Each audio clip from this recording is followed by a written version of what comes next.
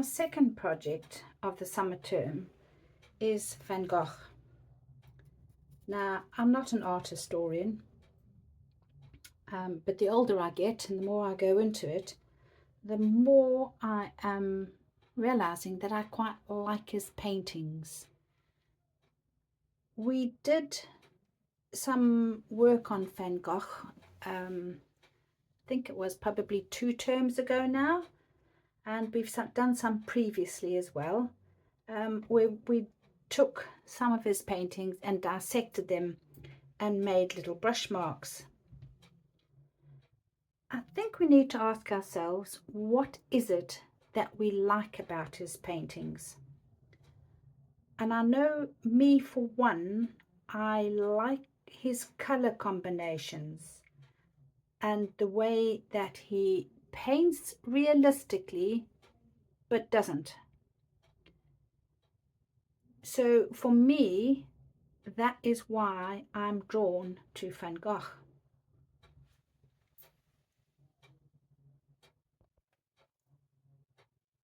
So for this project, I have sent around by email some suggestions of paintings that we can look at, and I wanted really to look at the paintings that were done in the last 2 years of his life, not the ones that he did before.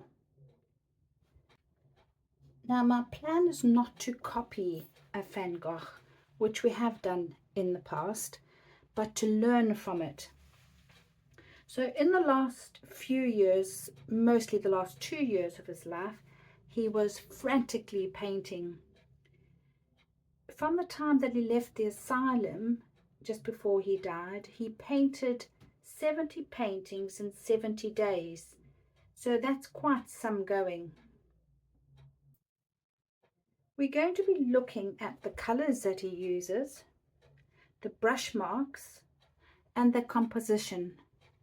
So what can we learn from Van Gogh, and is there anything from those 3 topics that we could assimilate into our own paintings or style? So using the painting that I have chosen, we are going to look at the colors that he's used. Well, you're going to look at the painting that you have chosen. What colors has he used in this picture? Well, to my mind, I think I can see a burnt sienna, a raw umber, maybe some cad yellow, some cobalt blue.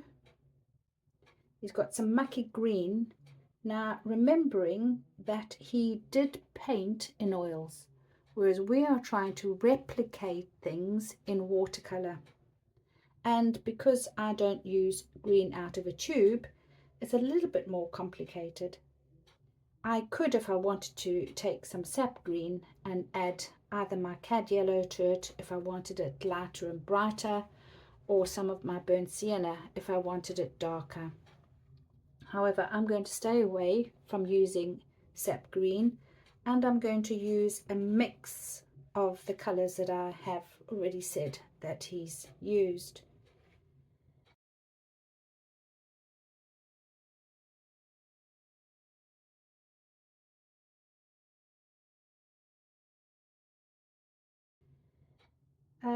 I think he's got cobalt in the sky. It's certainly got cobalt here. There's bits of blue, but one of the things to look at is how he's used the color. So he's got the red of the roof against the green of the trees, so a complementary color scheme. Down here he's got more of an analogous color scheme, which is more your yellows and your greens because they are closer together on the color wheel. Whereas as we're going up along the path, he's got your red path, your green on the other side, which represents the grass, and it's leading us up into the picture. And to my mind, the part that I need to look at is here, which is really dominating by the red roof and the green slates. It's probably a bit of moss. Got the green on this roof here. So having said all that, let's check the colors out. I'm actually using this is quinacridone sienna. So on this little bit of square paper, maybe not red enough. So I'm going to add a little bit of flame red, which is a rosa color, into that color. Go away. Yeah, probably a little bit better. Okay, so there's my red. I'm going to use raw umber as a base. So if you I'm going to use cobalt. So a bit of cobalt.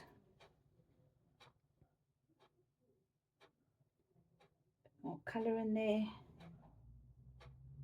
Now we could do the same thing with using gouache. However, because watercolour is our thing, we are going to use watercolour. And I've used a bit of cadmium yellow. Now I don't actually have cadmium yellow in my actual palette, so I've had to go and find an old palette that's got some in, and this is actually cadmium yellow hue. Now the only thing I'm left to do now is think about how I'm going to make that green. Well, it's quite obvious that yellow and blue make green. So there we are, there's a green. I think some of the greens are far brighter. So this is where, you know, using a tube green is probably going to give you a green that's closer to the reference that we're using.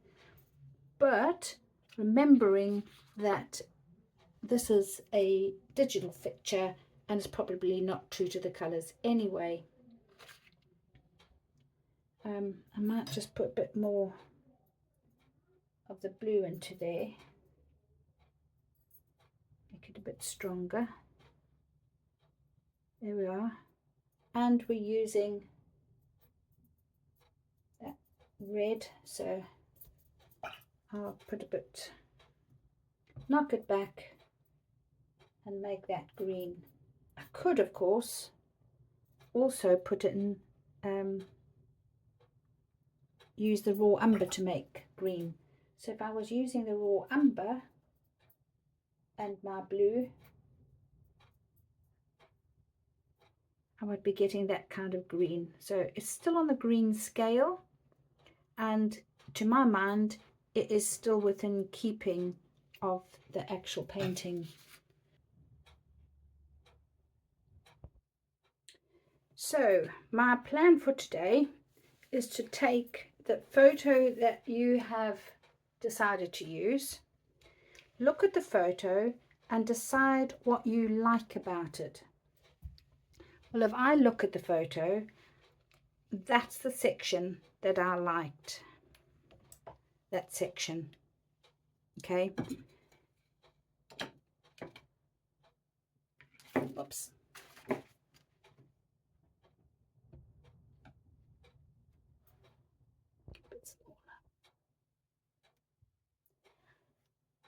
At this point, I'm not even interested in that section. So that's what I'm going to look at.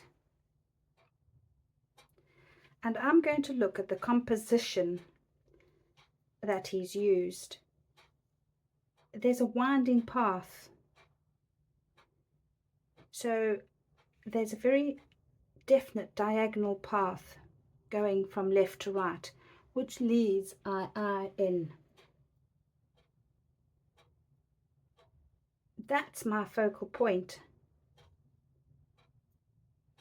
So my focal point is more or less on the third intersection. So if I was to divide it and use the golden rule.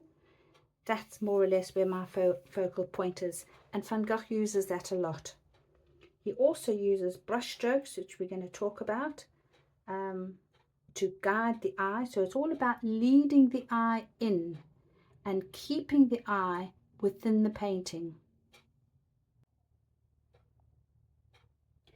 So the idea here is not just to use your paintbrushes. Can you think of anything that you could use except a paintbrush? So, well, let's refine that, except a watercolor paintbrush.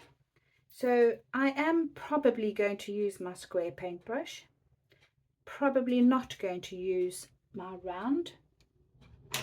I do have a really old round hog brush that I'm going to use, and I've got a really old hog square brush that I'm going to use, both of which have been used for oils. And then during COVID, we made some of these, which was an old brush that we dipped into masking fluid, allowed it to dry, and before it dried, we moved it around, so we actually shaped it. And then we dipped it into masking fluid again, shaped it some more, dipped it into masking fluid again, allowed it to dry, and I've ended up with this, which makes a really nice drawing implement. Of course, you could also use your finger, or you can use a stick. There's all sorts of things that you could use. Think out of the box. So, some of the brush marks. Over here, I have used my little hog brush to create these brush marks. I used fairly dry paint, and I put on the yellow first. Allowed it to dry, and then I put on the cobalt in between the yellow. At a first glance, it almost looks like it could be green, which is what Van Gogh did. He used brush marks of different colors to make us think that he had mixed the colors on his palette, whereas he didn't. So how can we do that in watercolor? Well, that's one of the ways of doing it. It's almost like glazing with dry paint on top of each other, and I could carry on doing that, allowing each layer to dry. Over here I used a glaze of yellow, and then I took my square brush and I literally put the blue on top in all directions. I was trying to mimic some craziness of a sky.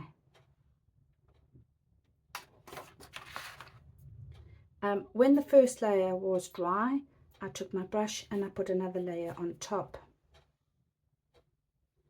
This side I used my round brush, again just with cobalt blue, and I just made little S shapes, not using the point, but just all sides of my brush, sometimes a point, sometimes a side. When the first layer was dry, I went and put another layer on the top.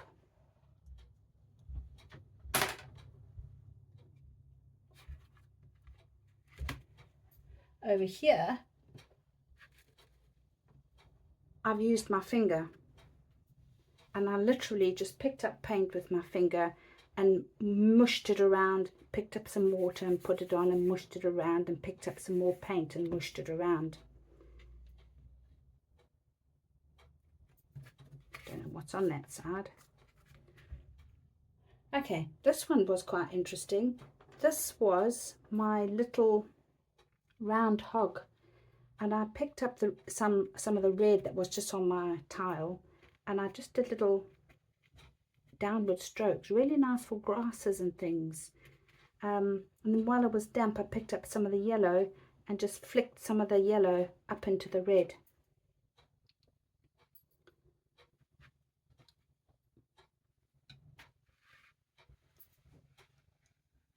And then this over here was my square hog on its side. So literally picking up semi-dry paint and moving it around. And over here I used my masking fluid brush just by dipping in one of these little strands into some blue paint, and I used it to draw. A lot of Van Gogh's paintings are outlined, where some of the more realistic or realism painters like John Singer Sargent use tone to show the difference between one object and another. A lot of us use black markers these days as outlines. So a lot of Van Gogh's paintings use outlines to show or to emphasize objects. So just very quickly, I'm going to show you how I went about choosing the section of the painting I wanted to draw, except this time I'm going to show you a different section, and I'm going to pretend that it's that interests me.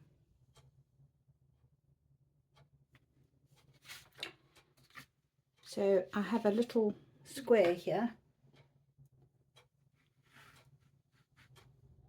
and I'm just going to draw that very quickly, and I'm not going to put a base color in this time. I'm literally going to just spray my paints. It is just a very quick demonstration, and I'm going to use my funny spider-like brush. So I need quite a lot of water in there so it picks it up, and I'm not drawing first, I'm just looking at the lines. So big lines, big shapes, that's all we look at first. And a lot of these buildings were old farm cottages. There we are.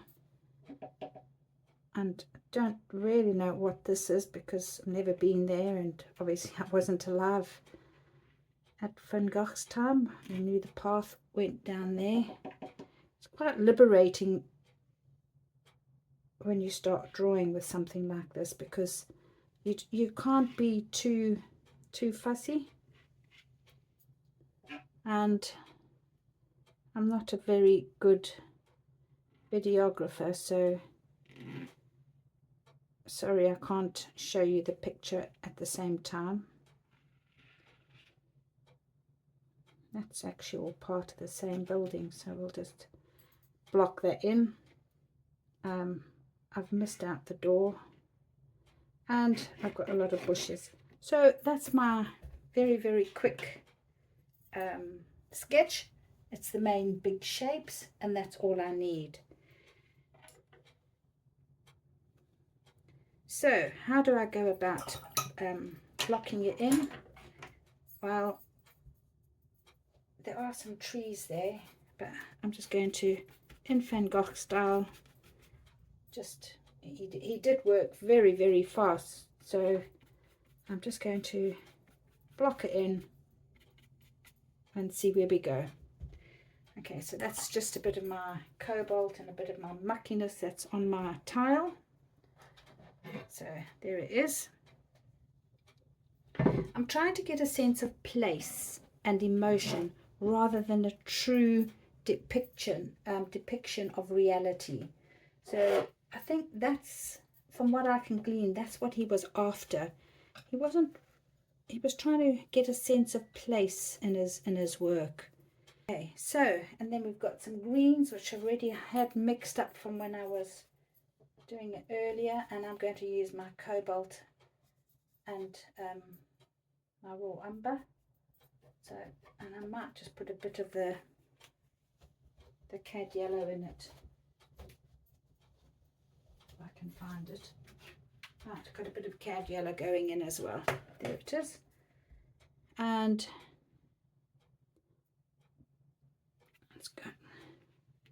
So it's got a tree in there, and I'm negatively painting that shape. Right, that's white, and all this is roof. So I'm going to start off with my cad yellow and put a bit of cobalt in it because it's a much brighter green, and I'm actually just using this hog brush. It's quite a nice tool actually. There's that roof, and it comes all the way down here. Now these were thatched cottages, so just to show you that you don't have to paint them in reality. So it's a bit of green in there, so we'll just right, and then I'm going to go with my raw umber, and I'm going to put a bit of the yellow into it because I want that in there like that, and I want it in there as well. That's it. And then I'm very quickly just going to, so I'm having to think like a watercolorist. Start light and add on your darks. Right, so that's that. And I could wait for that to dry, which I will do, but I'm just going to put a little bit in of color in for now. And he's got this, if you look here, he's got a bit of that's almost like an outline, so I'm going to do that as well. And I'm going to mix up my burnt sienna and a bit of this flame red. Make sure it's nice and fluid. I might have to put a dryer on this at some point, and don't really know which bristles got it on. There we are, that'll do. And there's a bit going down there, and there's another bit coming in here, a bit more in there, and a few more stripiness in there.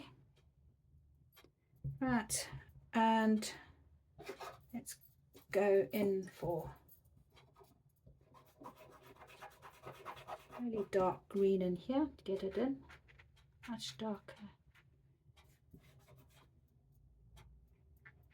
So I've given myself a bit of a challenge here. I think I might change implements and go back to this, because I'm battling with dry paint on my tile instead of, there we are, it's better.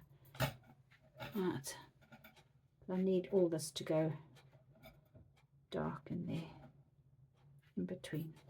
That's it.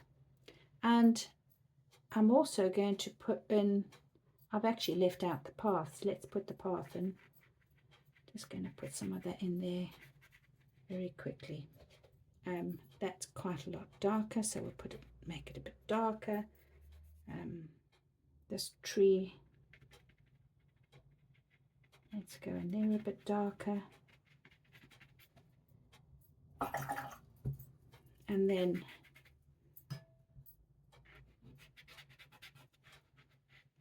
right, and I'm going to dry that off.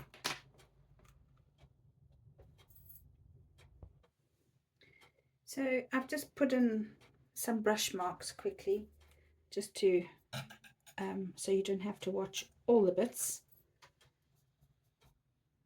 I've also put a few brush marks down here, and I think I'm going to leave it at that, because it is just a very quick 5-minute study on the use of brush marks and breaking up the picture into something smaller.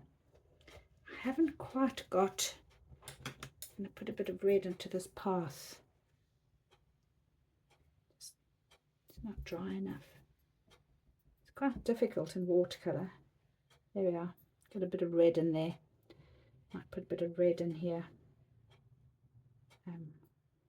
Probably need to reiterate that because it's gone a bit. There we are. So that's that. So if we now look at what I've done,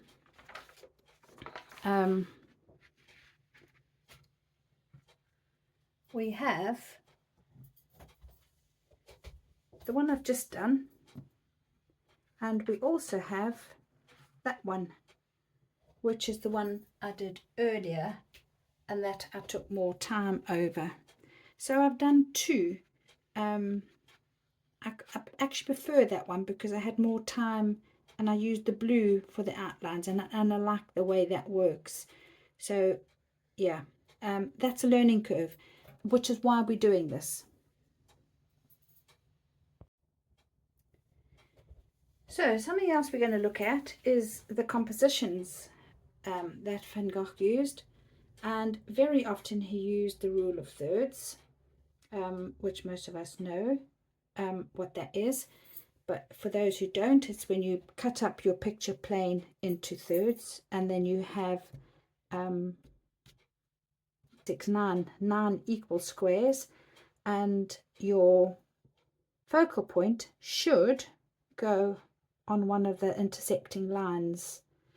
Now, he often broke the rules because that's what it's all about. It's about knowing the rules and then you're able to break them. But if we look at the painting, try and work out what compositional rules he's used. Has he used an S shape? Has he used the rule of thirds? Has he used a triangle? How has he brought our eye to stay in the painting? The other thing he uses is the brush strokes. So if you look at this painting, which is Field with Ploughing Farmer, he's used the direction of his brush strokes to point your eye at the farmer. So these ones in the fields are all coming towards the farmer. The sky is coming down towards the farmer.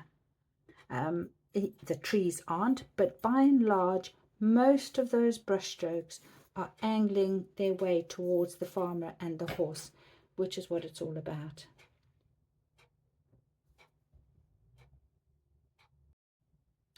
So what I want us to do today is to take our chosen picture, look at it, decide which part of the picture we like the best, so what talks to us the best, and reduce it to then a thumbnail.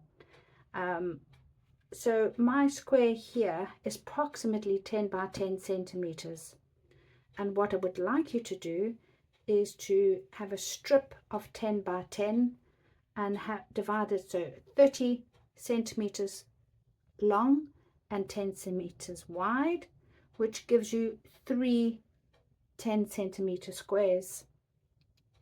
And to break down the picture that you're looking at into the sections that you like, very much like we did the bookmarks. Decide on the colors that you're going to use for the first one. So you are going to copy the colors that Van Gogh has used. So you're going to have to work them out for yourself and do little color swatches.